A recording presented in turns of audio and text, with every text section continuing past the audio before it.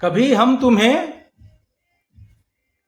तुम्हें सहयोग करेंगे तो कभी हम तुम्हें नाराज करेंगे। कभी हम तुम्हें सहयोग करेंगे तो कभी हम तुम्हें नाराज करेंगे। ये समय का पहिया है, ये समय का पहिया है। कभी हम तुम्हें रुकावट तो कभी धक्का जोर करेंगे। हम बात कर रहे हैं केंद्र सरकार की। केंद्र सरकार कुछ दिन पहले तक जातिगत जनगणना का विरोध कर रही थी।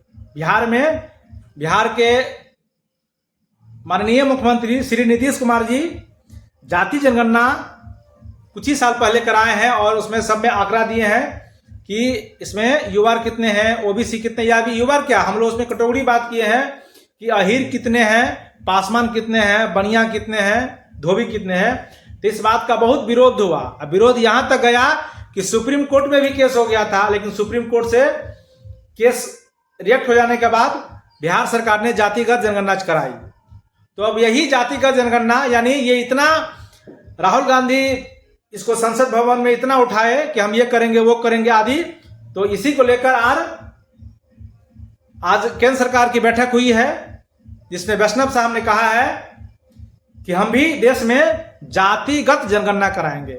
और आपको जानकारी ही होगा कि 2001 के बाद 2011 के बाद जातिगत जनगणना 2011 के बाद जनगणना भारत में नहीं हो पाई है। बीच में कोविड का काल आ गया, यानी जब 2020 में जनगणना होनी थी तो कोविड का काल आ गया, जिसके कारण जनगणना आगे टल गया और अभी 2025 आ गया है।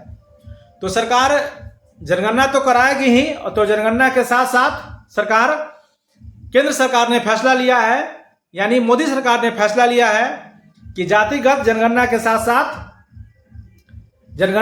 साथ जातिगत जनगणना भी कर लिया जाए। यानी अभी जो आप जनगणना किए होंगे उसमें आपको कुछ कॉलम मिला होगा। जब बिहार से अगर आप होंगे तो वहां जब जनगणना किए होंगे तो आपको बहुत सारा कॉलम मिला होगा, 17-18 कॉलम।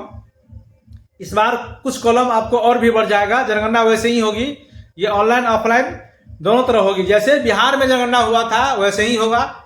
यह केंद्र सरकार का जनगणना है तो इसमें राशि थोड़ी आपको अधिक मिलेगा, और ये फिर उसी तरह ये ऑनलाइन भी होगी और ऑफलाइन भी होगी। जनगणना दोनों तरह से आपको पुट करना होगा। इसमें भी उसी तरह पर्यवेक्षक, सुपरवाइजर, फील्ड सर्वेक्षक आदि का पद होगा। जैसे कि कुछ दिन पहले ही आप बिहार सरकार में जातिगत जनगणना किए हैं, ऐसे ही आपको जनगणना भी, यानी पॉपुलेशन भी और कास्ट भी सरकार दोनों साथ साथ करवा लेगी।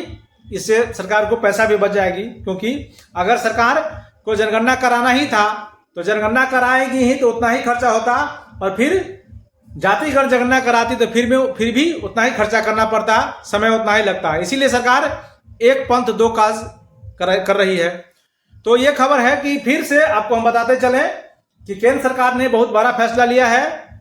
और वैसे जो फैसला है ये अभी के मोदी सरकार की फैसला नहीं है।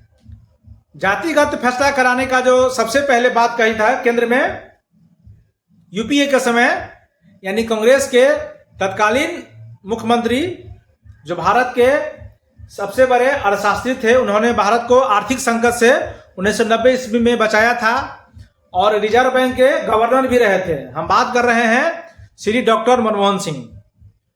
भारत के उस समय प्रधानमंत्री थे।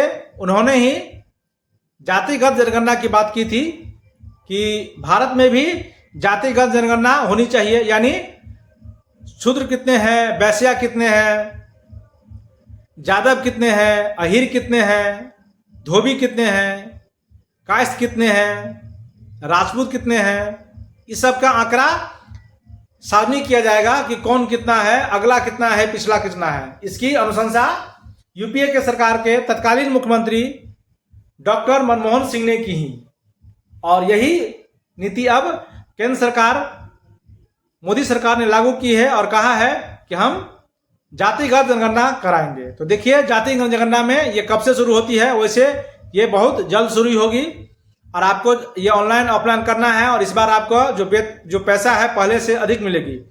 इस संबंधी कोई अपडेट आएगी तो आप हमारे चैनल के साथ जुड़े रहिएगा। जातिगत जनगणना के संबंधी हम सारे खबर आपको सबसे पहले इस चैनल के माध्यम से देंगे। कितना पैसा मिलेगा, कैसा आपको जनगणना करना है, ऑफलाइन ऑनलाइन आदि हम आपको दिखाएंगे।